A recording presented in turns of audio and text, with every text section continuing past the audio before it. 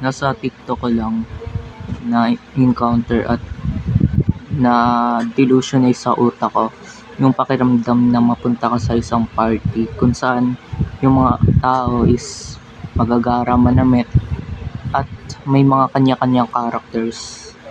Hindi ko pa alam yung experience na pumunta sa isang party kasi wala pa naman ako nadadalo ng party, yung mga adult party, I mean yung mga party like rocks or ano, birthday party, celebration, mga ibang celebration, hindi lang naman birthday party yung celebration.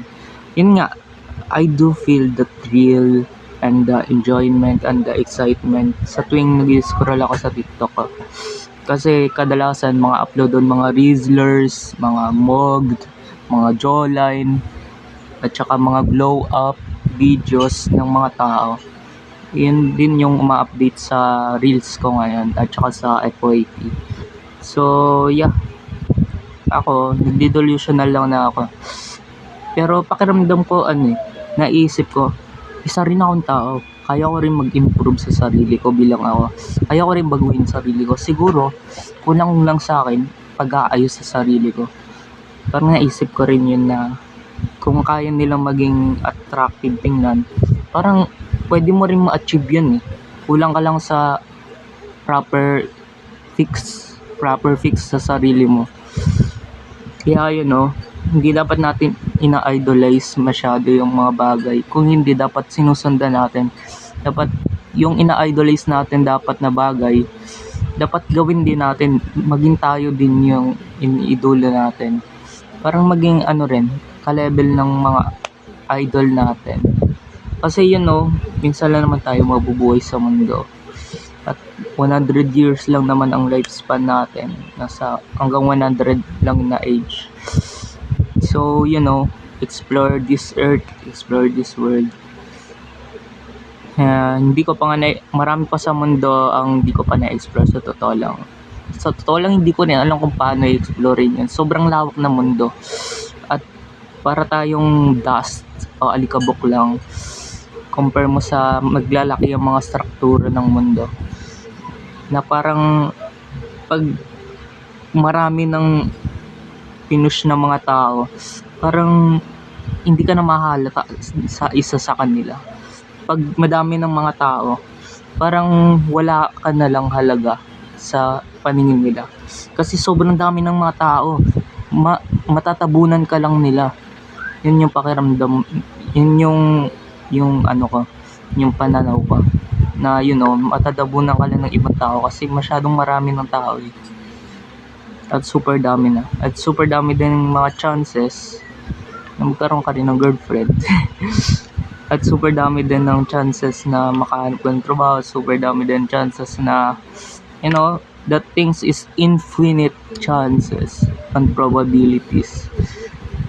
Mayroong infinite na chances sa mga bagay-bagay. Main ka lang sa video taste yun dun sa TikTok. Gusto ko maging part ng era na to. Gusto ko maging emo o kaya goth o kaya rockista o kaya geng-geng. No, hindi ako magiging geng-geng. Tagaan niyo yan sa bato. Hindi ako susunod sa mga geng-geng. Ang gusto ko magkaroon ng passion sa pananamit. And then mag-ayos ng sarili ko kasi baka pwede pa i-level up yung sarili ko. Baka yung low-key na ako, pwede pang maging high-key na version ko. Maging artistahin, chain at mga quality na bagay. O diba, pwede mo ma-achieve yun sa buhay na to. Kaya walang posibilidad sa pangangarap natin sa mga bagay-bagay. Kaya nga, ini-imagine ko na sa sarili ko pag nakuha ko yung mga accessories, mga bagay na pwede kong makuha. Kung anong magiging itsura ko mula sa newbie, magiging idol. Pwede ka bang maging idol mula sa newbie? Yung newbie, yung wala ka pang kahit wala ka pang scratch ka pa lang. Hanggang sa nakabili ka ng mga accessories, mga pananamit, mga mga kailangan mo. Then, na-rendered mo na yung buong character mo. Naging better person ka na. My goal sa video na to is, to be part of idea of, you know, having better life, better existence, pagiging, you know, having kung anong pwedeng mong makuha sa mundo, kung anong pwedeng mong makuha, kasikatan, pag-aayos sa sarili, growth, pag-aayos din sa ano, personality, pag-aayos sa pag-growth ng ano mo, vocabulary, personality mo, at saka pagkilala sa sarili mo at sa kung anong gusto mo bilang isang tao. At ang gusto ko, explorein yung mga pananamit, mga rockista na type ng tao, at mga iba-ibang character, goth, may iba pang mga character, emo, rock, may iba-iba pang mga karakter ng tao at iba-ibang pananamit. Meron pa Searle, Party Remix, Sin Kids. You know, I want to be a part of party. I want to be a part of TikTok party. To be you know, popular looking, but I'm not my best for now. Hindi ako best na version ko. Pero I can be. At naniniwala ako doon. Isa na to sa ano, sa video na ini-inspired ko yung sarili ko na baka pwede ka maging best na version mo. Sinasabi ko sa sarili ko, baka pwede kang maging best na version mo sa totoo lang. Masyado pang mahaba ang buhay mo sa mundo. Pwede kang makasuot ng gusto mong damit, makapunta sa mga party na gusto mo.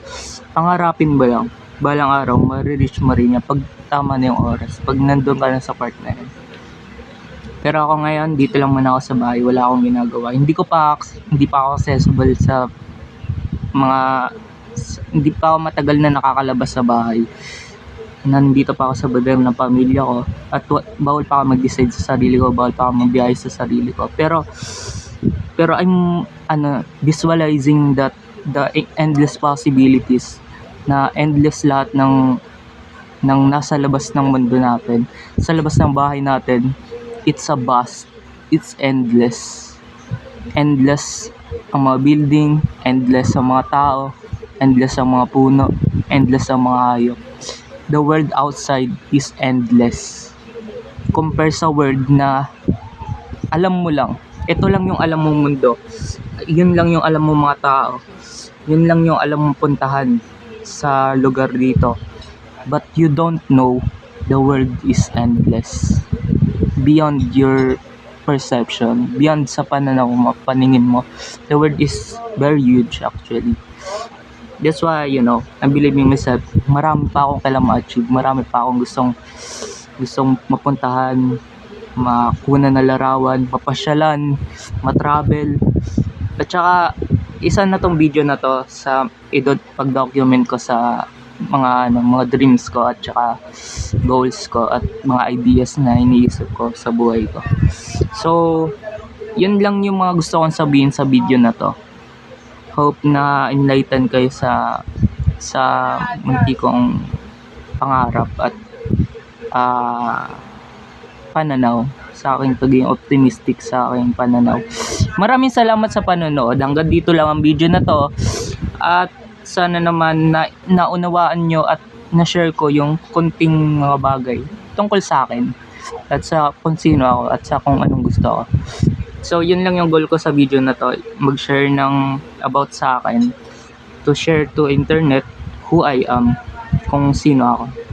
So maybe you think I'm maybe a bit cringe, hindi ako magaling mag-English pero I may be a bit cringe sa pananaw mo. Pero pananaw mo yan, hindi ko yan pananaw. Tandaan mo, kung cringe ako sa pananaw mo yan, hindi ako. Para sa paningin ko, better ako. At I can be better too.